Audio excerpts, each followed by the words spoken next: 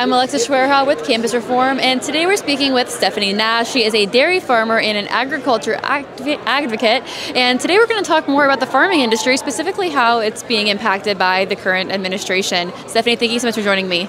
Yeah, thanks for having me. Of course. So when we're talking about the Biden administration, obviously all Americans have been dealing with high inflation that really impacts transportation and oil as well. What can you tell us about how this is impacting your industry? Yeah, so the biggest thing that people should know about is the Green New Deal. When they came into office, they really pushed the climate change regulation on farmers and agriculture, kind of making it their mission to kill off the family farmer and rancher. So right now what we're dealing with is going into 2023, the Farm Bill. The Farm Bill was put into the proposal for Washington, D.C. to protect farmers, our rights, and what we are willing to, sell to Americans. And so just going into 2023, I think people need to pay attention to what the Biden administration is going to do with this. Are they going to put in different terms to hurt farmers, or are they going to continue to have that protection over regulations for the farmers? I would really pay attention to that, because I think there's going to be a lot of miscommunication within the bill that could have farmers really struggling in the next 2 years. And to go off of that, what do you want people to know about the farming industry that might not be talked about?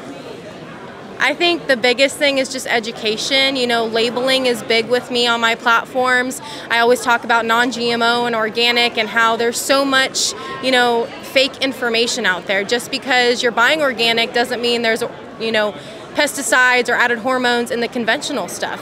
For us, we ship milk to Kroger. So if you're buying Kroger milk, you're supporting us in the South. And, there's a big difference between people sitting at home trying to educate and the family farmer and rancher really educating you on how we grow our food, where it's coming from, and what is actually being put into your bodies. Absolutely. And here at the Leadership Institute's Campus Reform, we have been covering how record high inflation has been impacting college students.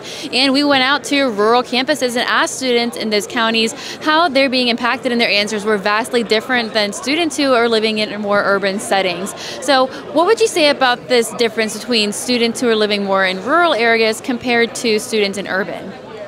I think, again, education, a lot of people don't get out and go for a drive in the countryside and really get to experience agriculture. I think we're getting further and further away from the farm. Next generation is not taking over the farm because of finances, because of inflation.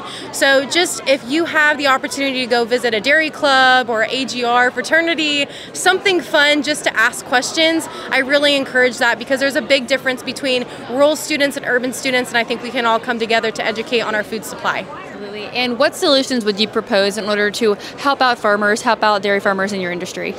I think just paying attention to bills and regulations coming into your state, coming into your rural communities. It's important to know your rights as Americans and what we have to do to protect our family farmer and ranchers. So definitely pay attention to regulations and bills coming in against our agriculture communities. Thank you so much.